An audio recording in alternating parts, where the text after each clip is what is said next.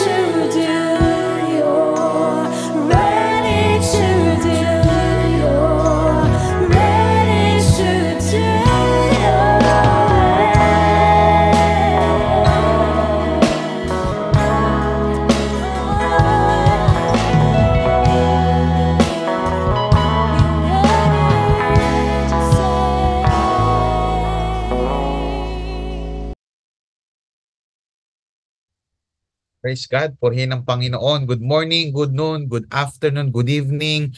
Ano mang pong oras kayo nakaka-attend ngayon, saan man pong panig man ng mundo kayo ngayon, nasan man po kayo ngayong lugar, gusto ko po kayong batiin ng isang pinagpala at magandang araw po ng linggo.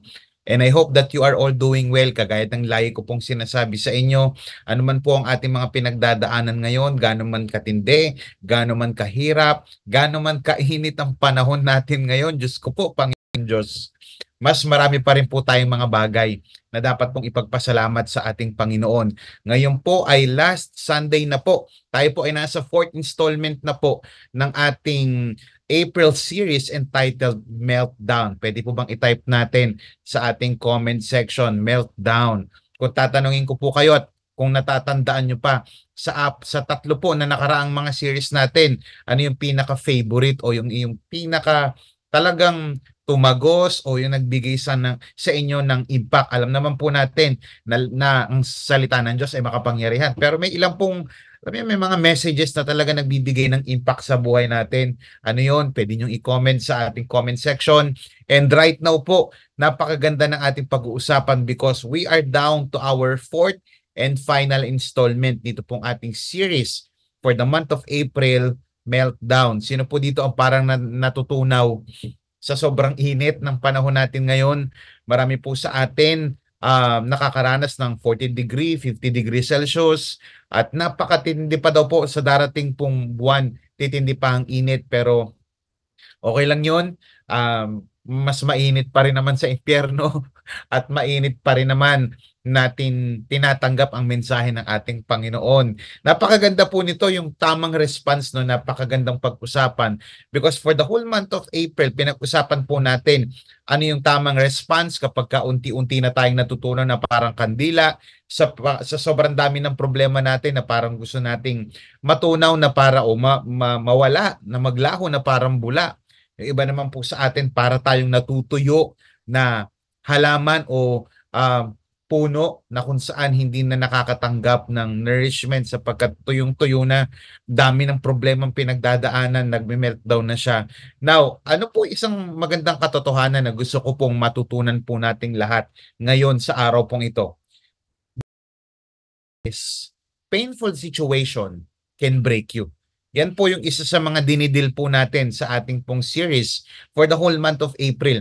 Yung mga painful situation natin, whether ito ay painful situation sa school, sa career, sa negosyo, sa family, sa kalusugan, even sa ating mga pangarap, sa ating mga relationship sa ating asawa, sa ating girlfriend, boyfriend, o relationship natin sa ating mga kaibigan, sa ating mga family members, and ultimately yung ating personal walk with Jesus. Lahat po yan, pwede po tayong makaranas ng mga painful situation sa mga area na po na akin po nabanggit. Now, syempre wala po tayong ibang pag-uusapan sa hapon o umaga, tanghali, gabi na ito na depende anong oras po kayo nakaka-attend ngayon, kundi yung buhay po ng ating Panginoon. Kung titignan po natin yung buhay na isinabuhay po ng ating Panginoon ay meron po siyang impact, no, na kanya pong create dito po sa lupang ito. Indeed, si Jesus Christ po is worth imitating. Pwede bang i-type natin sa comment section? Imitating. The life Jesus lived and the impact He created made Him the greatest person who ever lived on earth. Ako na, amen ako dyan. Hindi ako kontra dyan. He is the man, or He was the man, no, that whoever, the greatest person who ever lived on earth. Indeed, si Jesus Christ ay karapat-dapat pong gayahin at sundan. Now, isa sa mga dapat po nating sundan, hindi lamang yung pag-ibig, hindi lamang yung pakikitungo, hindi lamang yung pag-share ng Word of God, hindi lamang yung pagpapatawad. Isa po sa mga dapat po na i-imitate natin at sundan natin sa ating Panginoong Hesus ay yung paraan po niya ng pagharap sa isang mahirap na situation. Paano humarap sa isang mahirap na situation itong Jesus Christ po natin? Paano humarap sa isang mabigat, madilim, painful situation ang ating pong Panginoong Hesukristo? Now, join me sa John chapter 16, verse 31 through 33. Pag-usapan po natin yan, yung John chapter 16. Sabi po ng Bible, "You believe at last," Jesus answered, "but the time is coming and has come when you will be scattered to and has come and you will be scattered each to his own home. You will leave me alone, yet I am not alone, for my Father is with me." Sabi po ng verse 33, "I have told you these things so that in me you may have peace. In this world you will have trouble, but take heart, I have overcome the world." Pwede po bang palakpakan muna natin ang pagkakabasa po? Praise God for the reading of His Word. Ang context po nito, ang John chapter 13, 14, 15, na kung saan mga yugto ng buhay ni Jesus Christ na malapit na po siyang ipako sa krus. At ito pong John chapter 13, 14, 15 hanggang 16, ang kasama niya po dito ay ang kanyang mga disciples. So sila po ay naghapunan, siya po ay naghugas ng paa ng mga disciples. At hindi lang yun, dinescribe pa niya at sinabi niya sa mga disciples yung sasabihin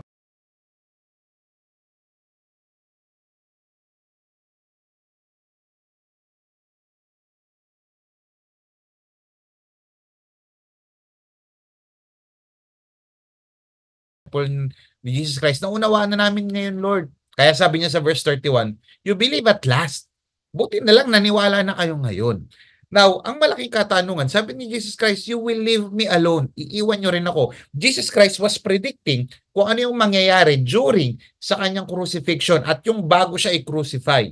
And masakit pong isipin na si Jesus Christ, alam niya yung mga mangyayari, and even etong pag-iwan sa kanya ng mga disciples, itong painful situation na dadanasin ni Jesus Christ. Hindi lamang physically, but of course, emotionally and relationally. Now, ang malaking katanungan dito, paano ba humarap sa matinding breakup si Lord? Paano humarap si Jesus Christ sa matinding situation? I don't know about you, pero alam ko po meron po mga nakakapakinig ngayon na merong marahil pinagdadaanan kang bitter na situation, painful na situation. Sabi nga ni Jesus Christ, "You will leave me alone. You will leave me all alone." Nasubukan niyo na po ba yan? Yung sa dinami-dami ng mga kasama mo, walang natira kapag ikaw ay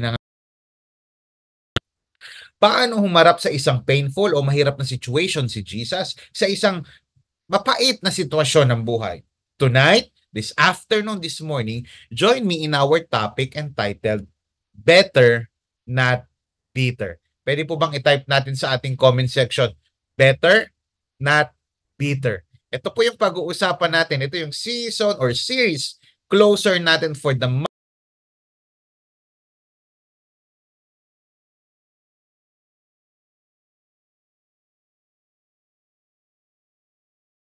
ngayon sa family, sa career, sa business, sa family, sa health, even sa relationship niya.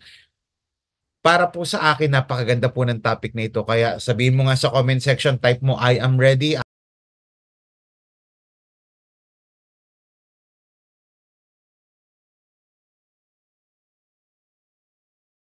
Tignan po natin.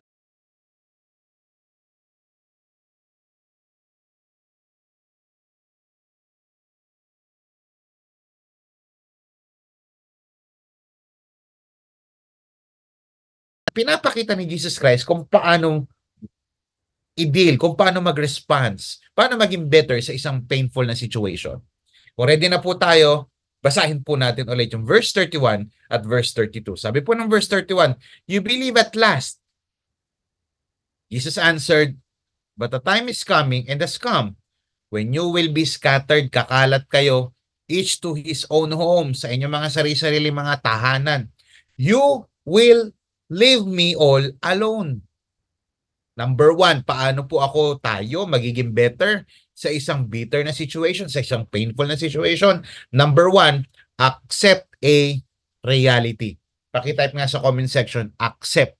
Number one, yung letter A natin, accept a reality. Si Jesus Christ po, ano pwede nating matutunan dito? Si Jesus Christ ay marunong humarap sa katotohanan.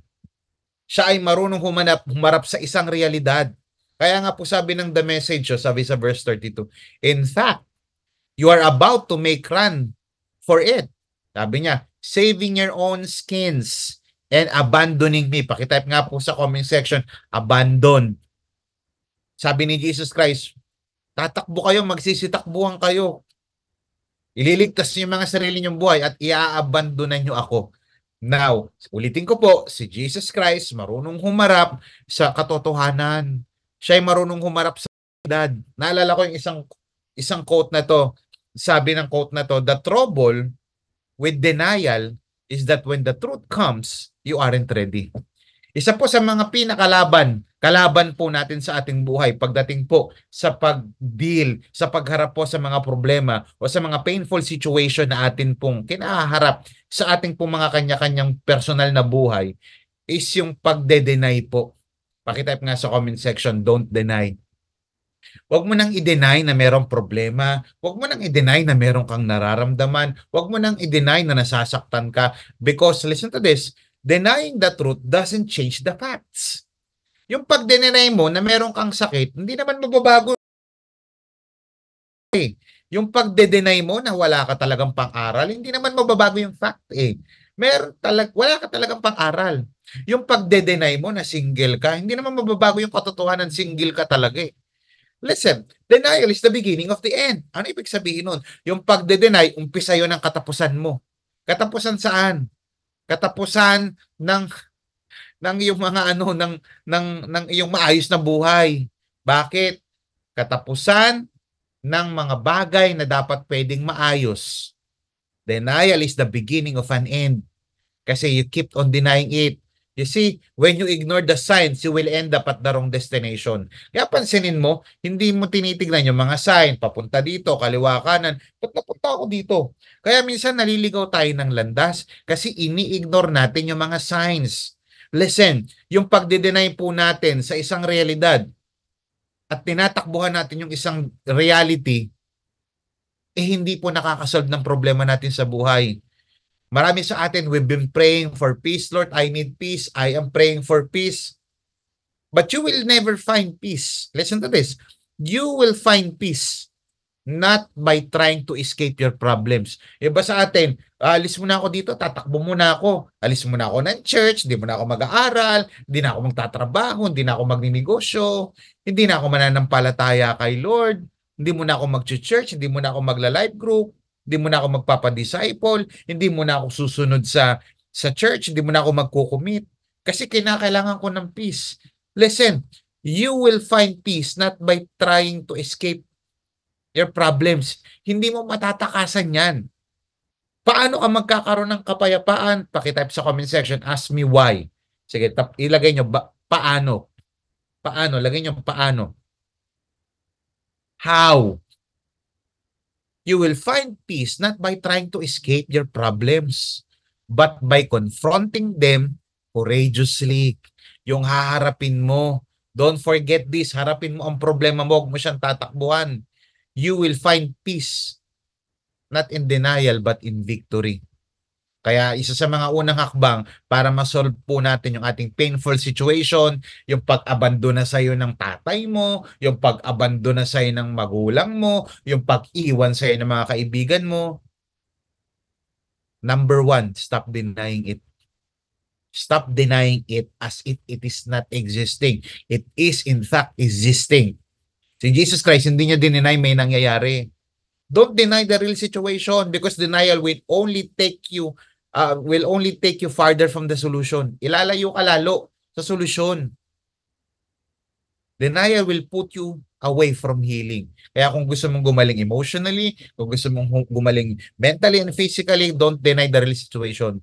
Kasi bakit? Marami pong lumalala na sakit at namatay ng tuluyan dahil hindi umamin ng kanilang tunay na nararamdaman. Aminin mo na may problema ka para makapagsimula kang mag-isip ng solusyon.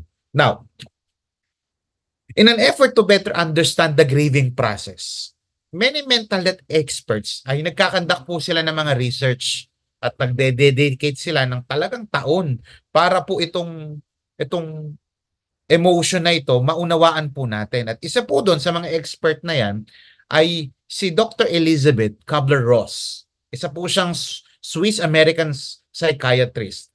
Meron po siyang book noong 1969, yung kanyang book na on death and dying. Ito pong writer na to, si Dr. Elizabeth, in-examine po niya yung 5 most common emotional reactions o yung, kung mababasa nyo pa ng mas malalim yan, meron po siyang 5 levels na kung saan common defense mechanism kapag meron tayong isang painful situation, particularly pag a-approach natin yung kamatayan o pagkakamatay. Una, yung denial. We will keep on denying it. Hindi, okay pa ako. Hindi ako mamamatay. Bata-bata ko pa. Diba? Kahit 17 na ba? Ano pa? Bata pa ha? Yung bang patuloy natin dinay-deny, isang katotohanan na walang forever sa mundo. Yung bang dinay-deny natin yung isang realidad kasi ayaw natin humantong pa dito. Well, that's the reality. Ano daw yung una? Denial. Pangalawa, pagka nag-deny ka, second level, magagalit ka. Yan, anger. Ano ba naman yan? Tapos yung iba magbabargain pa. Baka naman, wag muna. Baka naman, hindi pa ngayon. Tapos madedepress. And then, doon pa lang po papasok yung tinatawag nating acceptance.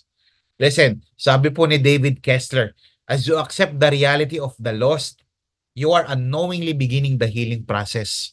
Importante na tanggapin po natin ang isang katotohanan na nangyayari po sa atin. Hindi po tayo nagpapaka-negative. Inaamin lang po natin yung isang realidad na talagang nangyayari. In this case, meron pong mga rampant o yung talamak na mga myth, mga katang-isip at misconception about acceptance. Tingnan niyo 'to maigi. Meron pong merong isang article sa Psychology Today sa Canada. Meron po mga myths patungkol po dito sa sa acceptance. Number 1, yung myth number 1, we're okay with what's happening. We can agree with it. Yan, tanggap ko na. Tanggap ko na mahirap ako. Tanggap ko na ganito na lang kami. Tanggap ko na wala akong mararating. Tanggap ko na mapupunta akong impyerno. Misconception daw yun. Oo, pwede mong tanggapin pero hindi habang buhay ganun ang pagkakatanggap mo. The biggest misunderstanding about acceptance is that it means that we're okay with the things we're accepting. Isa sa mga misunderstanding daw, sa mga myths, misconception, dahil yung mga bagay na tanggap natin, okay lang sa atin. Hindi porket tanggap mo, okay sa'yo.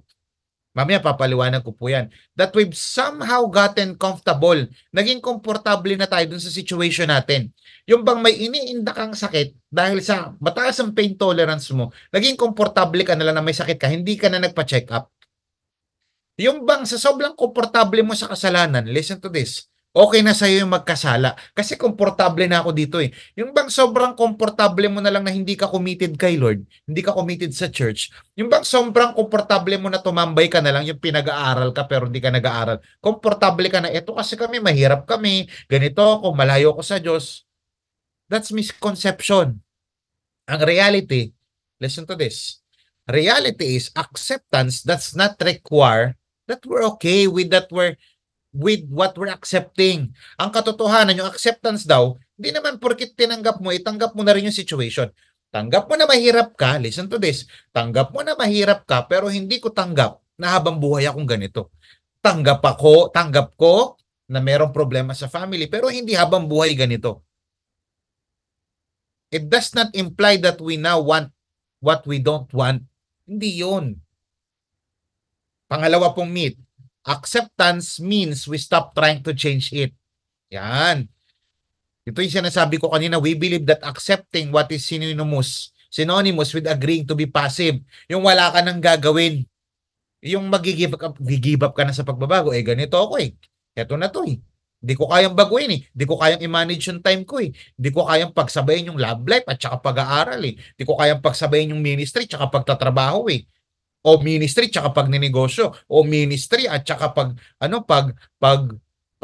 pagiging magulang. Eh, wala, eh. Gano'n talaga, eh. Surrendering all efforts to make things different. Hindi ka na mag-e-effort. Yan ang myth. Yung bang tinanggap mo na lang yung ganyang situation mo, sa painful situation, sa bitter situation, sa situation na kung saan average, tapos wala ka nang gagawin.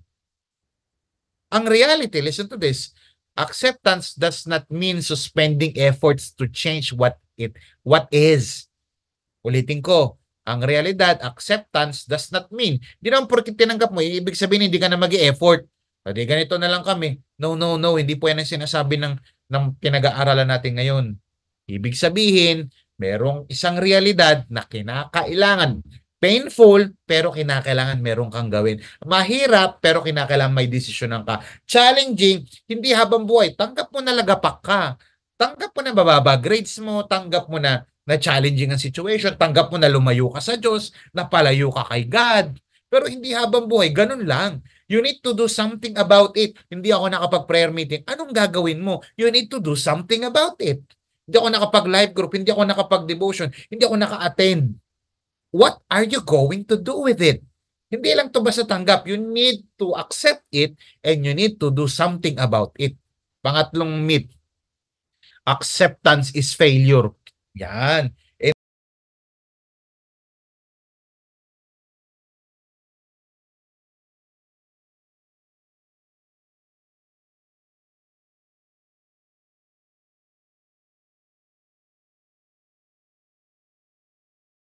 Maigi, acceptance is not act of faith.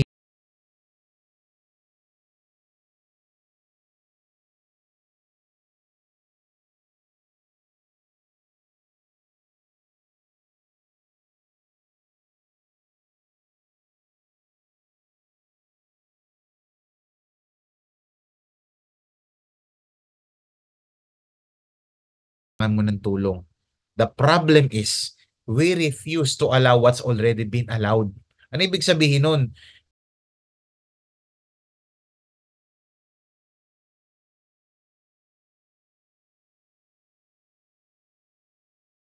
Ang sakit na nandito, wala pa, okay lang yan. You see, nagbibigay na ng sign ng katawan natin, ayaw pa rin natin. Ganon din sa spiritual life.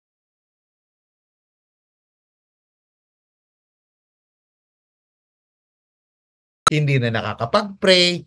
When was the last time you cry out to God in your quiet time? Meron na mga signs, ayaw pa rin. Tinanggap lang.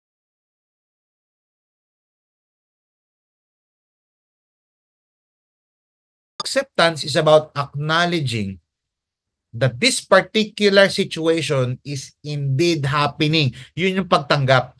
Oo, hindi talaga kaya. Challenge ako sa school, sa career, sa business, sa family, sa health ko, relationship, even yung personal relationship ko kay Lord. Pagtanggap yon is about acknowledging this particular situation is indeed nangyayari siya. It's not saying that we like it. Hindi sinasabing gusto mo. Kaya lang nangyayari siya. Ayoko magka-cancer. Ayoko namang mapalayo kay Lord. Kaya lang nangyayari na nga. It simply means that we're accepting that it's really happening. Tinatanggap mo nangyayari, pero hindi ka papayag na habang buhay ito. Let's look at the truth about reality. Tingnan nyo ha.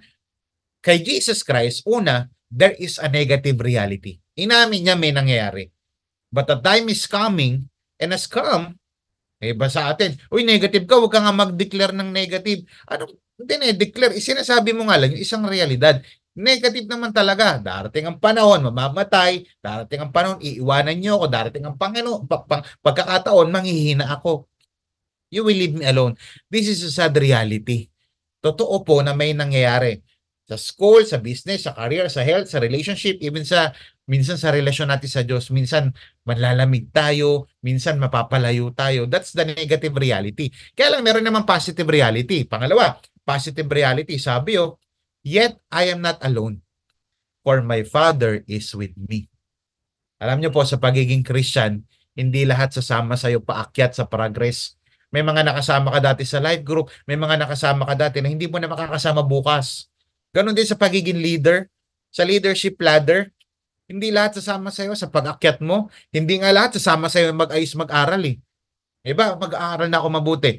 Eh, mga kasama mo ayaw yung mga classmate mo, yung mga barkada mo ayaw mag-aral mabuti. Hindi lahat sasama sa'yo mag-ayos ng pag-aaral. Hindi lahat sasama sa'yo paangat. Hindi lahat sasama sa'yo mag-ayos ng pamilya. Kasi yung iba gusto maloko pa rin kahit may pamilya na. Hindi lahat sasama sa'yo mag-ayos ng health. Hindi lahat sasama sa'yo lumapit sa Diyos. Yung iba lalayo lalo sa Diyos. Kaya, you have to understand na may negatibong realidad. Hindi lahat sasama sa'yo. Hindi lahat makukuha mo. Hindi lahat makakasama mo. Hindi lahat jujoin sa'yo. Hindi lahat maniniwala sa'yo. Pero isa yung positibong realidad. May kasama ka, hindi ka nag-iisa. Unang-una, kasama mo ang Panginoon. Hindi lahat makakasama mo, pero ang importante, kasama mo ang ating Panginoon. So number 1, accept a reality. Palakpakan po natin ang ating Panginoon. Pangalawa, yet I am not alone. Yan po sabi ng verse 32. Hindi ako nag-iisa. Iiwanan niyo ako pero di ako nag-iisa. Yet I am not alone, for my Father is with me. Point number 2, boost your identity. How to become better in a bitter situation? How can I become better in a painful situation? Ano yung ABC lang po ito? Yung una, accept a reality. Pangalawa, boost your identity. I-boost mo. Pag sinabi pong boost, increase in amount, help or encourage, push upward. Ibig sabihin, i-boost mo yung identity mo. Si Jesus Christ, ano yung pwede nating matutunan? Malakas at buo ang paniniwala ni Jesus na hindi siya nag-iisa kahit iwanan siya ng iba. Ano pwede natin matutunan dito? Point number 1, believe that you are not alone. Sabi ng Bible, yet I am not alone. Paniwalaan mo na hindi ka nag-iisa. Pwede nga i-type mo sa comment section, hindi ako nag-iisa.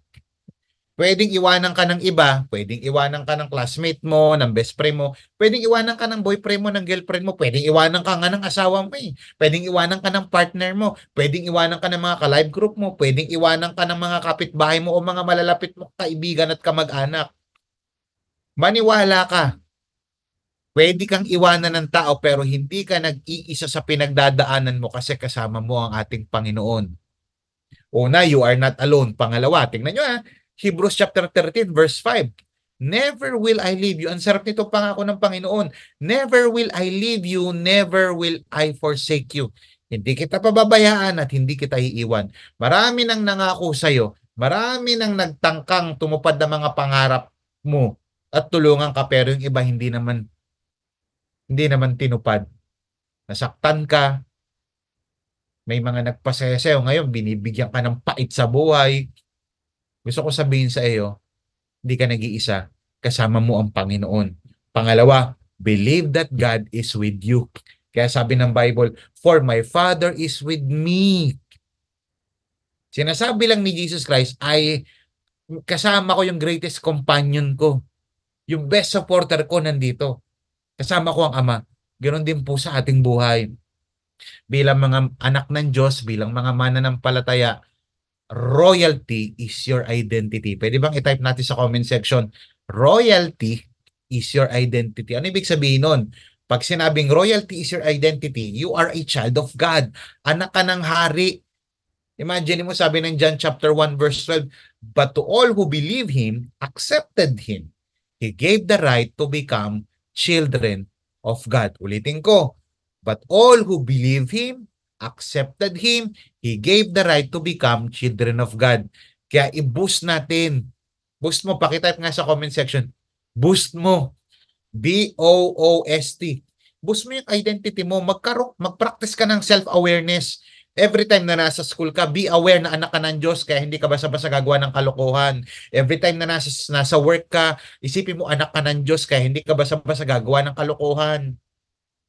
Every time na ikaw ay nasa negosyo, nag-aaral ka, nagtatrabaho, o malayo ka sa mga pamilya mo, o hindi ka nakikita ng pastor mo, lagi mong isipin, maging aware ka, ang identity ko, I am a child of God. Kaya i-consider mo lahat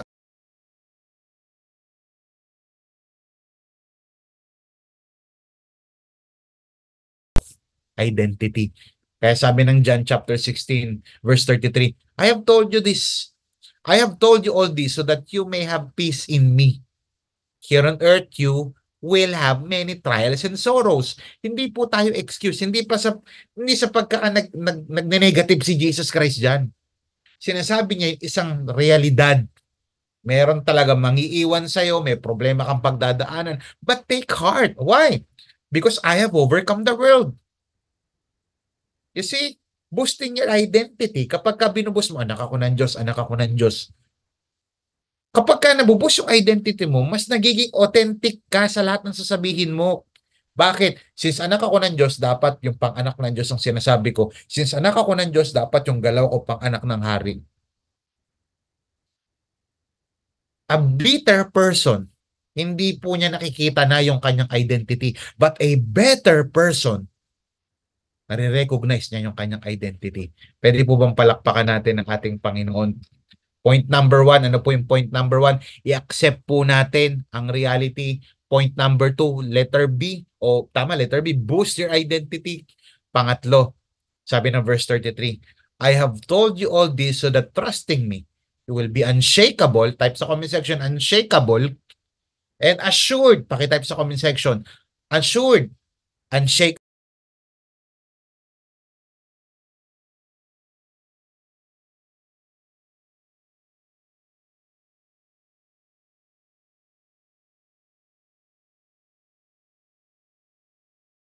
Sabi ni Jesus Christ, I have overcome the world. Point number 3, letter C, conquer adversity. Pakitype sa comment section, conquer. Ganyan o, conquer. Type niyo sa comment section, conquer. How to become better in a bitter, painful situation, difficult situation. I-conquer mo, labanan mo naman. Why? Kasi conquering, listen to this, point number 1, conquering brings victory. If you want to live like Jesus, kung mag-type nga ng amen, sino dito ang follower ni Christ, mag-type ng amen. Hindi ka nagpalit ng religion, Christian ka, pero follower ka ni Christ. If you want to live like Jesus, if you are a follower of Christ, achieve something even though your world is trembling. Kahit na may problema, may nag-abandona, masakit yung situation, mahirap, challenging, pero kay Lord, tuloy lang ako. I'm gonna conquer. Diba sabi sa The Message yung binasa natin kanina, in this godless world, ang mundong ito, godless, ibig sabihin, maraming tao hindi naniniwala sa Diyos. At may mga atheist at may mga tinatawag din po tayong practical atheism. Pastor, ano yung practical atheism? Ito yung nagsasabi silang Christian sila pero ang buhay nila parang walang Diyos. Yung isa, atheist talaga. Hindi sila naniniwalang may Diyos. Ang religion nila, hindi Christian. Pero yung practical atheism, catch this, listen to this very carefully.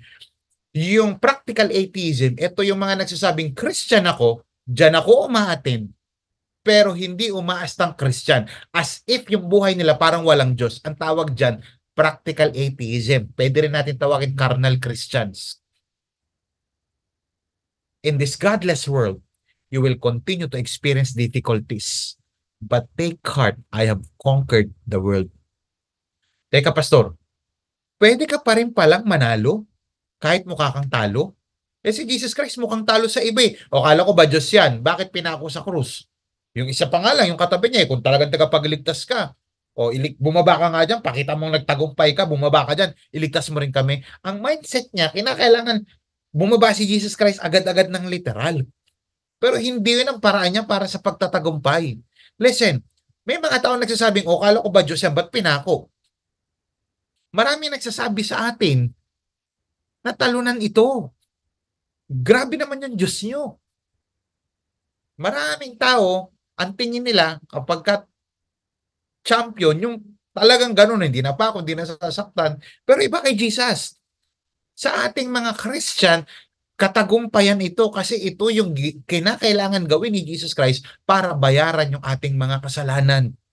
Pwede pala kahit mukhang talunan si Jesus Christ, pero listen, sa mata ng tao at lalong-lalo na yung mga taong hindi nananampalataya kay Jesus, talunan siya. Pero sa mata ng mga Kristiyano at sa mata ng Diyos Ama, nagtagumpay siya. Bakit? Kasi na-conquer niya yung mga dapat niyang ma-conquer. Listen, hindi porkit sugatan ka ngayon, talunan ka. Hindi porkit nahihirapan ka sa school, talunan ka. Hindi porkit nahihirapan ka sa trabaho, sa negosyo, sa family, sa kalusugan mo, talunan ka na agad. Sometimes, inaalaw ni Lord yung mga situation na hirap tayo sa health natin for His glory. Para ma-showcase yung kanyang kalwalhatian. Pwede kang pagalingin ngayon ni Lord? Oo, pwede rin hindi pa ngayon. Pero praise the Lord pa rin kasi gagamitin ni Lord yan for His glory.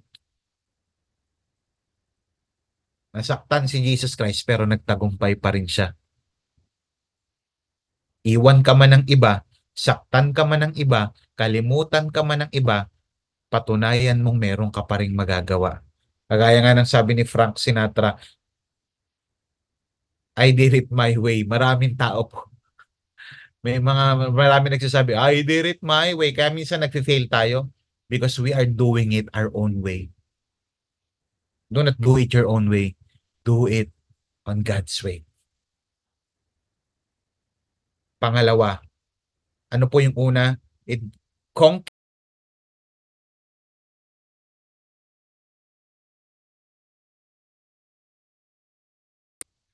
Nag-conquer. Meron ka mga natapos, nagbibuild ka ng credibility. Sabi ng verse 33, sabi po sa Amplified, I have told you these things so that in me you may have perfect peace. Hindi basta-basta peace, kundi perfectong kapayapaan and confidence. In the world you have tribulation and trials and distress and frustration.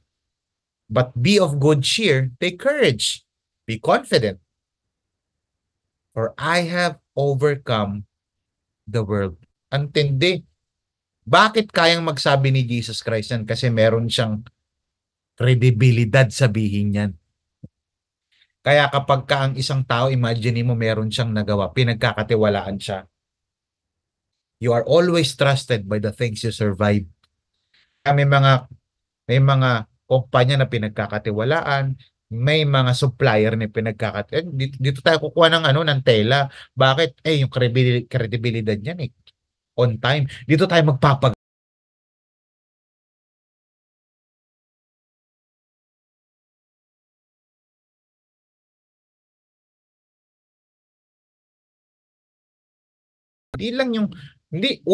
ultimately nag-glorify si Lord. Pero nabibuild yung credibility mo bilang isang Christian. Kaya maraming lumalapit sa'yo, nagpapa-advise sa'yo kasi nabibuild yung credibility mo sa mga bagay na napagtagumpayan mo. You see? It is the result that creates credibility, yung mga hinaharap natin ngayong problema. Harapin niyo po siya na meron pong pagtitiwala sa ating Panginoon. Bakit? Kasi lahat pong yan someday, it will give glory to God at sa part naman ng tao, magbibigay sa'yo ng credibility bilang isang Kristiyano, bilang isang estudyante, bilang isang careerman, bilang isang negosyante, bilang isang family man, bilang isang asawa, mapagkakatiwalaan ka ng tao. I don't know, let me close with this. Hindi ko po alam kung ano matindi mong pinagdadaanan ngayon. But let me tell you this, conquer with God. Huwag mong hayaan na suungin mo ang lahat ng painful and hard situation sa life mo na hindi mo kasama ang Diyos. Kasama mo ang ating Panginoon. God is with you. Father, in the name of Jesus, salamat po sa inyo pong ABC na tinuro po sa amin ngayong Panginoon. Thank you, Lord, dahil right now I realize na meron pong kinakailangan akong tanggapin. I need to accept a reality. Hindi po mababago ang situation ko kung hindi ko tatanggapin. Pangalawa, Lord, I realize na dapat po binuboost ko yung aking identity. Imbis na i-boost ko yung negativity, i-boost ko yung pride, i-boost ko yung unforgiveness, Lord, i-boost ko yung identity ko na ako'y anak ng Diyos. That I'm a follower of Christ. Pangatlo, Lord, thank you for teaching us that we need to conquer adversity. Marami po kaming kinahaharap ngayon sa aming pong pag-aaral, sa aming career, negosyo, sa aming family, even sa aming kalusugan, sa relationship, at ganoon din po sa aming pong personal walk with you.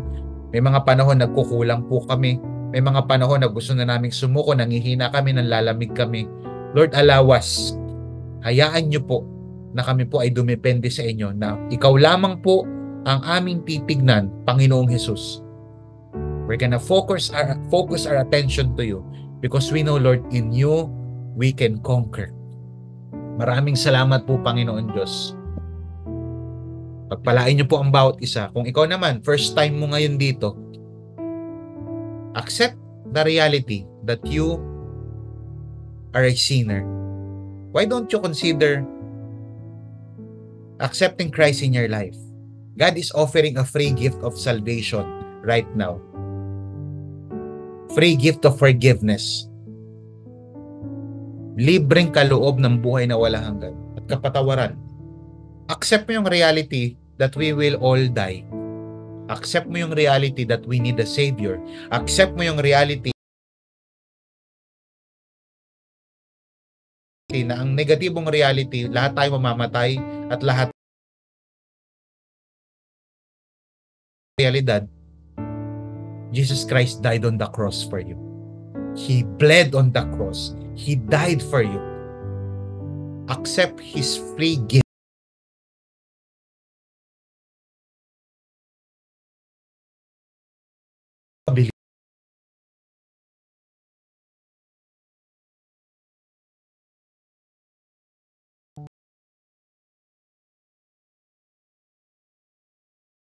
Na ang mga mabuting gawa natin ay parang maruming basahan lang sa harapan ng Diyos. Wala po tayong maipagmamalaki. Kaya confess right now that you are surrendering your life to Jesus and experience victory in your life. Remember, kung ikaw naman ay Christian na, matagal na, remember that you are fighting on a one battle. Lumalabang ka sa isang digmaan na napagtagumpayan na ni Jesucristo 2,000 years ago.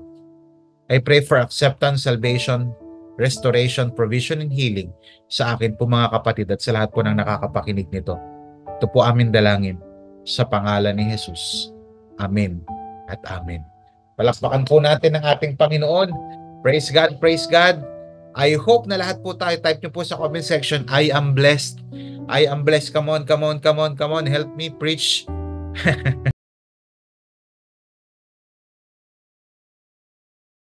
Bless our God.